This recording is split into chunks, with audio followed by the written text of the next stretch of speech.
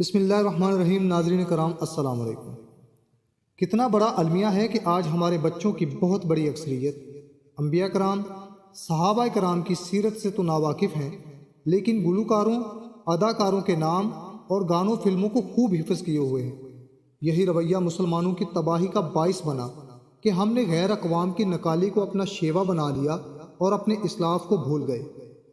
اقوام عالم میں صرف مسلمان ہی وہ قوم ہے جو سب سے زیادہ شاندار تاریخ رکھتی ہے۔ ہمارے متعلق اگر پوچھنا ہے تو ملک شام اور اس کے باغات سے پوچھو، عراق اور اس کے نخلستانوں سے پوچھو، مصر اور اس کی وادیوں سے پوچھو، الجزائر اور اس کے جنگلات سے پوچھو، افریقہ کے ریگستانوں اور ایران کے سبزہ زاروں سے پوچھو روس کی برفانی چوٹیوں سے، پوچھو فرانس کے دریاؤں سے، پوچھو یوگوسلاویہ اور رومانیہ کے پانیوں سے، آسمانوں کے نیچے بسنے والی ہر مخلوق سے پوچھو۔ ان سب کے پاس ہماری شجاعت اور اثار و قربانی، علوم و فنون اور عدالت و شرافت کی خبریں ہیں۔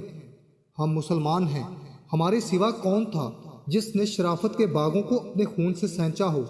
بتاؤ، ہمارے علاوہ کس نے شجاعت و بصالت کے گلستانوں کو مزین کیا؟ بھلا دنیا نے ہم سے زیادہ کوئی شریف، نبیل، مہربان اور شفیق، اعلیٰ اور افضل کہیں دیکھا ہے؟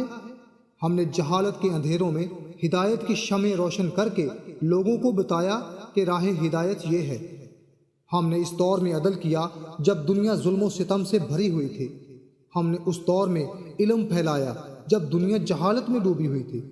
ہم نے اس دور میں لوگوں کو مساوات کا درس دیا جب لوگ شاہوں کو پوجتے تھے۔ ہم نے ایمان سے دلوں کو اور علم سے عقلوں کو اور آزادی سے غلاموں کو معمور کر دیا۔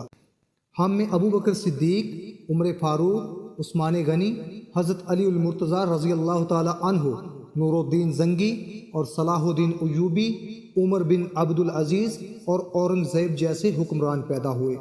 ہم میں خالد اور طارق، قتیبہ بن مسلم اور محمد بن قاسم، ظاہر بیبرس اور الپ ارسلان جیسے جرنیل پیدا ہوئے۔ ہم میں امام بخاری اور طبری، ابن تیمیہ اور ابن قیم، ابن حزم اور ابن خلدون جیسے عالم پیدا ہوئے۔ ہم میں امام غزالی، ابن رشد اور ابن سینا اور رازی جیسے فلسفی پیدا ہوئے۔ ہمارے اکثر حکمران خلافت انسانیت کی اعلیٰ مثال تھے۔ ہمارے تمام قائدین اور سپہ سالار اللہ کی تلوار تھے۔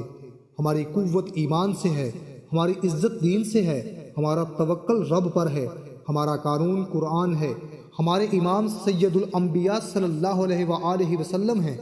ہم سب بھائی بھائی ہیں اور اسلام کی روح سے سب برابر ہیں۔ بھلا ہمارے سوا کہیں انسانیت کی اعلیٰ مثال قائم ہوئی؟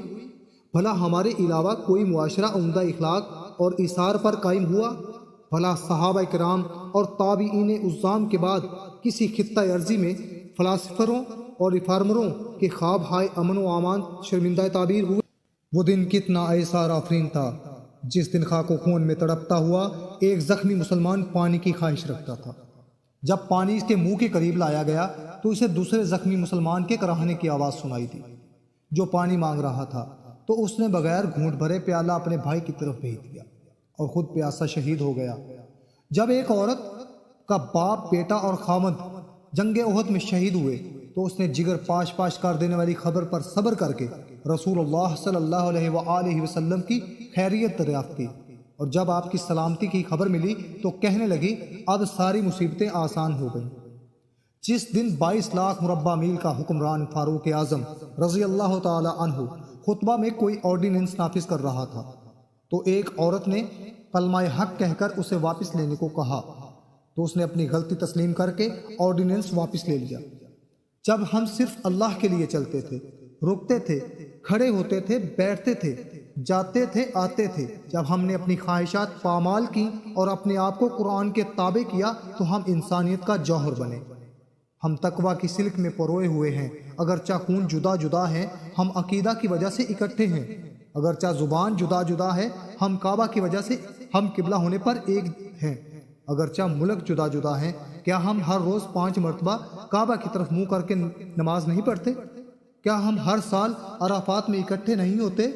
کیا یہ اس بات کی علامت نہیں کہ اسلام ایک جامع قومیت ہے، اس کا مرکز حجاز ہے؟ اللہ کا رسول ہمارا امام ہے، اور قرآن ہماری کتاب ہے۔ بتاؤ اس دنیا میں کوئی مذہب ہے جو اپنے اصولوں کو روزانہ 10 مرتبہ دہراتا ہو؟